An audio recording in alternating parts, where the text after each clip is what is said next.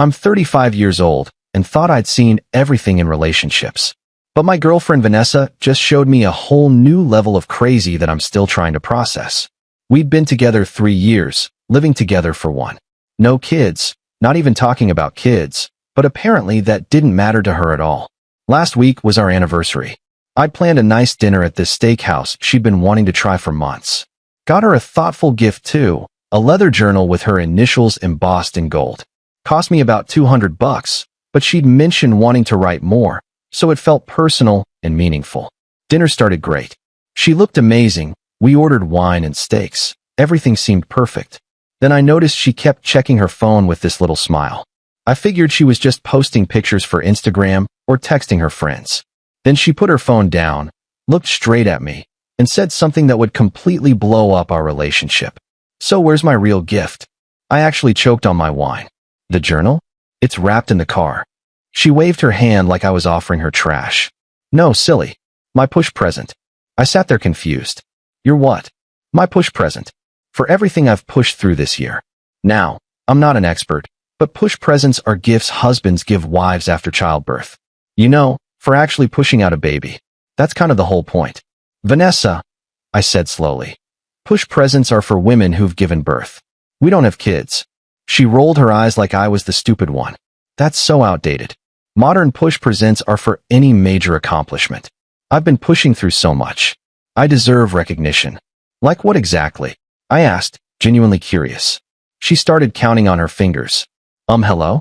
I got promoted to senior account coordinator. I've been dealing with your mother's passive-aggressive comments. I reorganized our entire apartment. I've been the best partner possible. I was stunned. Those are just normal life things. People get promoted. That's how jobs work. You deal with annoying in-laws. That's relationships. And nobody asked you to reorganize anything. Her face changed to this wounded look. See, this is your problem. You don't appreciate what I bring to this relationship. I literally planned this expensive dinner to celebrate us, I said. Exactly.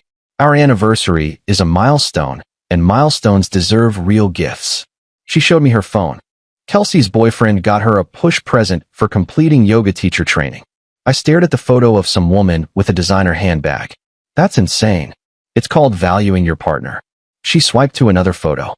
A Cartier bracelet. I already picked mine out. That's a $5,000 bracelet. For $1,500, she corrected, like that made it reasonable.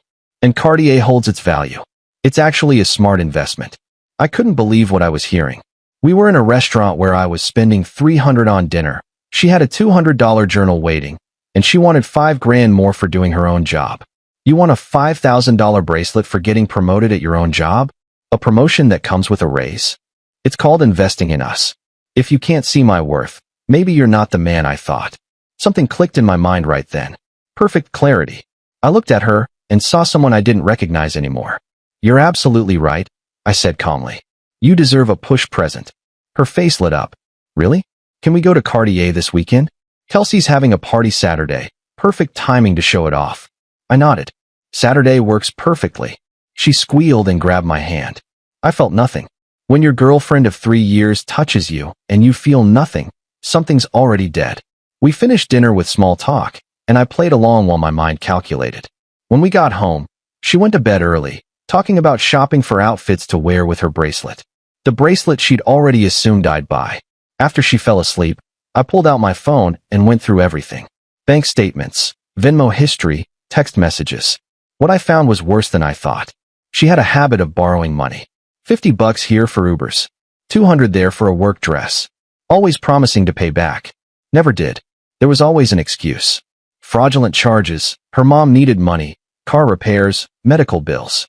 Total she owed me, $3,847. Then the bills.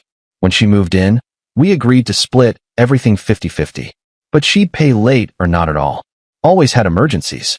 I'd been covering 80% of our expenses for 8 months. I made a spreadsheet. Every ignored Venmo request. Every, I'll pay you back, text. Every dodged bill. 3 pages of evidence. Then I texted my landlord Mike. If Vanessa wanted to take over the lease alone, what would she need? Income of 3 times rent, pass credit check, first, last, and security deposit. What? Just checking options. Vanessa made $52,000 yearly. Rent was $2,100 monthly. She wouldn't qualify. Plus her credit was destroyed, around 580. She'd mentioned it drunk once. She was completely dependent on me, and either didn't know or didn't care. Next morning, she was on her phone browsing Cartier. Just checking their hours. I want the full experience, the champagne, private viewing, everything. Actually, I want to surprise you with something even better. Give me a few days. Her eyes went wide. Is it the matching earrings? Jesus, there were matching earrings. Just trust me. Saturday. I called in sick Friday. Vanessa left for work at 8:30. The second she was gone, I started. First, I packed my stuff. Gaming setup, books, my grandmother's china, she always complained about. Everything mine went into a U-Haul I'd rented. Then I made calls. Gas, electric, internet, all in my name, all scheduled for disconnection Monday. Changed all streaming passwords. Netflix, Hulu, everything gone. We had a joint grocery account. I took out what I'd put in, left her $247 she'd actually contributed. Printed my spreadsheet, attached it to a formal letter requesting repayment in 30 days. Added my lawyer friend's info at the bottom. Then I packed her stuff. Every designer bag, every expensive shoe, every piece of clothing. Didn't break anything, just folded it neatly and stacked her suitcases by the door. Finally, the best part. I bought a fancy jewelry store gift box. Inside, I put the apartment key and a printed receipt. One push present, delivered. Item, reality check. Value, priceless. Description, successfully pushed one entitled partner out of enabled lifestyle. Status, complete. No returns accepted. Set it on top of her luggage. She came home at 2 in the morning, drunk and giggly from pre-celebrating with friends. I pretended to sleep. She whispered, "Can't wait for tomorrow," before passing out. Saturday morning, I was up at 7 with coffee. She stumbled out at 10. "Is it time for my present?" "It's by the door." She ran over, then froze. Stared at her packed bags. Picked up the box with shaking hands. "What is this?" "Your push present. I pushed you out. You're done here." The meltdown was instant. Tears, screaming, accusations. Neighbors definitely heard everything. "You can't do this. This is our home." "No, it's my apartment." "You're not on the lease." "Where am I supposed to go?" Someone who deserves a $5,000 bracelet for existing should figure it out. She tried everything. Called her mom on speaker. Diana yelled about tenant rights until I suggested she explain to the cops that her daughter demanded a push present without having a baby. She hung up. Her friend Kelsey burst in within an hour. Said I was insecure, that real men provide. I told her to buy Vanessa the bracelet herself then. She left. Vanessa called her dad 4 times. He never answered. Turns out he was done bailing her out. With 40 minutes left, she started recording on her phone about narcissistic abuse. I walked into frame and calmly stated she demanded $5,000 for her own job promotion and owed me $4,000. She deleted it. A truck arrived. They loaded her stuff, shooting me death glares. As they drove away, she screamed out the window that I'd ruined her life, that no one would love me like she did. "God, I hope not," I muttered. The aftermath was predictable. She posted on social media that I stole her grandmother's bracelet until her cousin commented that grandma was alive and confused. She tried to Venmo request me $5,000 for emotional labor. I countered with my actual $38.47 owed. When utilities shut off, she called screaming. Not my problem anymore. When she listed me as a reference at my company, I told my boss the truth. When some fake lawyer threatened to sue, my real lawyer said she had no case. The finale. She showed up at my work with a box and an invoice for $47,500 for 3 years of girlfriend services. Security escorted her out.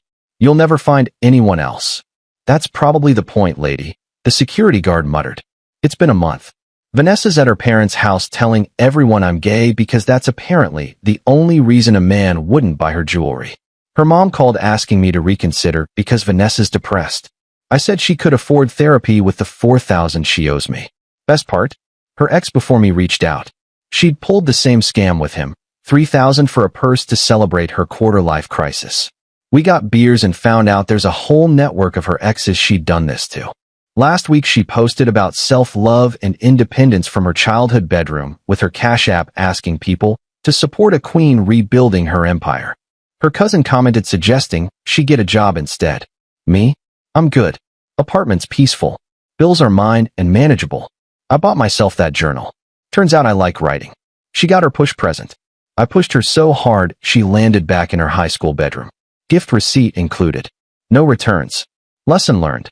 When someone says they deserve awards for basic functioning, believe them and run fast.